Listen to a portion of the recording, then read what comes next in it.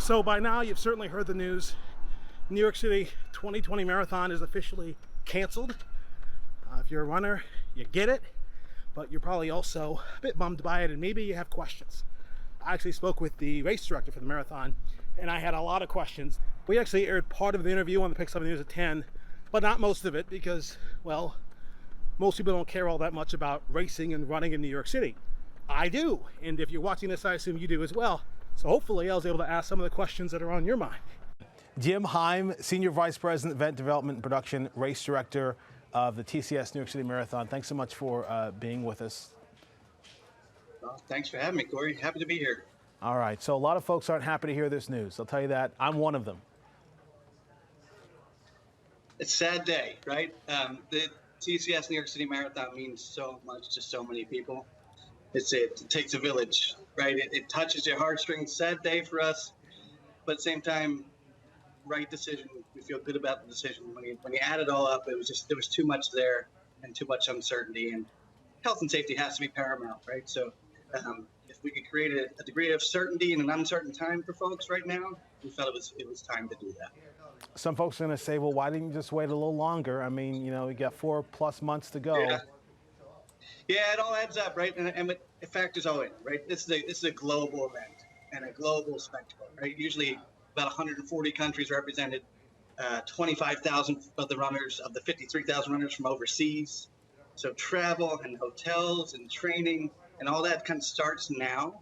So we could see where it was going. So we didn't want to get further down the road and then have to make a decision and affect all of that as well. So we thought it was in everyone's best interest to make the decision now.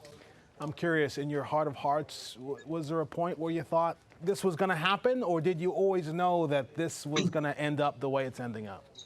Listen, we love a good challenge, right? It's not about the challenge, it's about the uncertainty. And this is unprecedented. So everything kind of fell off the cliff in mid-March, and hope turned into uncertainty. So we've looked at everything we could possibly do.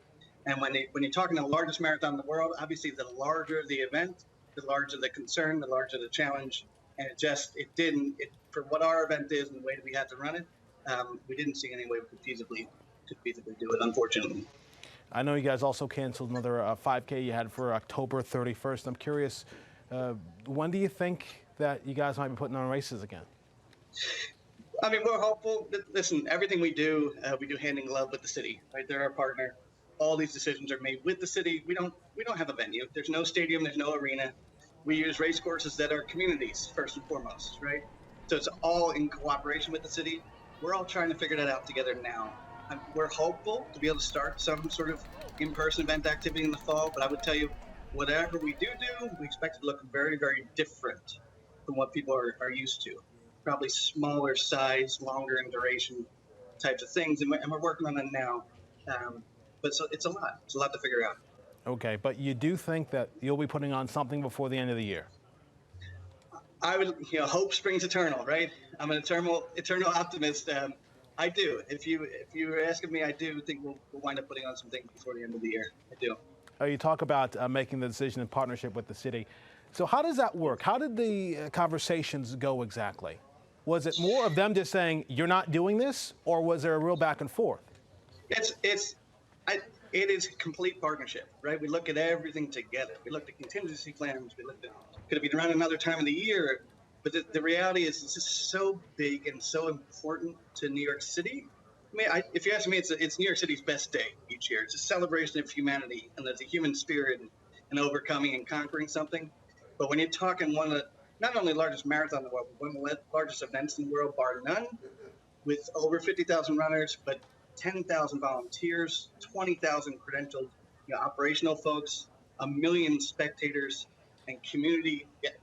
Having that many people out there, it's just exactly what you can't be doing right now with all this uncertainty. And we couldn't, in good conscience, that the health and safety had to come out. It had to be number one. Okay. Just want to ask some questions from a runner's perspective here. A lot of folks had paid for this thing. They're ready to go. My understanding is they're going to get their money back, or they'll get to run the race without paying again in 2021, 2022, or 2023. That's correct, right? That is correct. So it helps with the timing, right? That as we're since we're here now, we're able to be as generous with those resolutions as we possibly could, and that helps the runners a lot, right? So knowing that you have the opportunity to get your money back right now, and these are tough times, so folks can certainly choose that, or to run in any one of the next 3 years. The runners have received that pretty well, and we're happy that we're able to make that be the resolution. Now, for the folks that were running for charity, you know, when you're running for charity, you're raising thousands of dollars for a good cause. Some folks were in the process of doing that. So what about them? That's one of those tough angles too, right? And that's where we felt, you know, the more time they had, the better. We worked with about 400 charities, and they would have raised in the neighborhood of $45 to $50 million this year.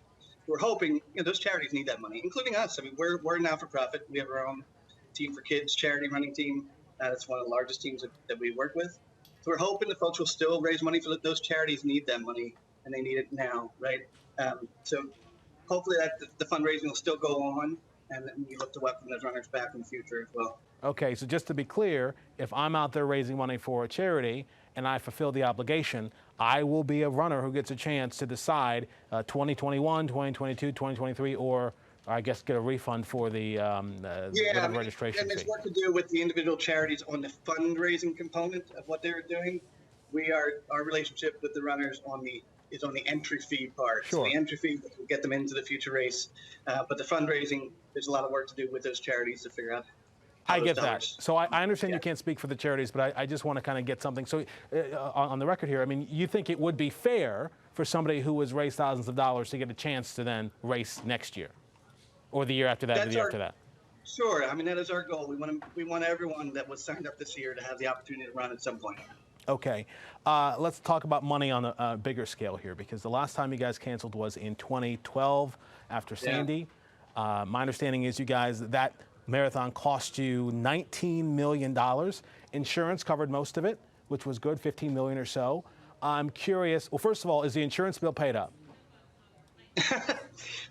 We do have insurance, but we have canceled all events and programs from mid-March right now through August 15th. We expect more cancellations of ours to come in the fall as well. There's other events that are out there that we're talking about and looking at as well. It's a hit. I mean, we have insurance for some of the things we do. We do not have insurance for other things we do. So anyone that operates in the events space right now, across everywhere, are feeling it, and we're feeling it too. It's a challenging part that we have to work our way through. As you work your way through it, you think you'll survive it? I guess that's the question, because I think people, you know, they want to know if when things do go back to normal eventually, whether it's 6 months or a year from now, will you be the organization that you were before all of this? We think so, for sure. I mean, we've been around for 62 years, and being a not-for-profit, and all the things that we do beyond just racing, we have been able to pivot and do a lot more things in the virtual space and digital content and whatnot, and bring some of our programs right into people's homes. So there's a lot of work to be done there. And then we listen, in terms of events, and the live events world is in a standing 8 count. We're down the map. We got to stand back up, and we're going to figure out how to do that. We got a lot of work ahead of us. Just as anybody, the whole events industry has been decimated through this. Gathering crowds, people en masse, is the hardest part of coming back from all of this. And we're not through it yet. Yeah, we're definitely not. Jim, I appreciate you chatting with us. This is literally hours after the announcement was made today, and I appreciate the fact that you made the time to talk with me and talk with the folks at Pix 11. Tough day, sad day. Our heart goes out to everybody. It means the world to us. We will be back. We'll be better than ever, and we look forward to seeing you at the finish line. All right, Jim. Thank you. So, yeah, I mean, it is what it is. It's not a great situation, but, it makes sense. But all hope is not lost if you're hoping to race before the end of the year, race in the fall, even race in the summer. I talked with another race director in New York City who has plans for races as soon as August, has a half marathon ready to go at the end of November. So we talk about that, actually. That's my next post. So hopefully you come back for that. In the meantime,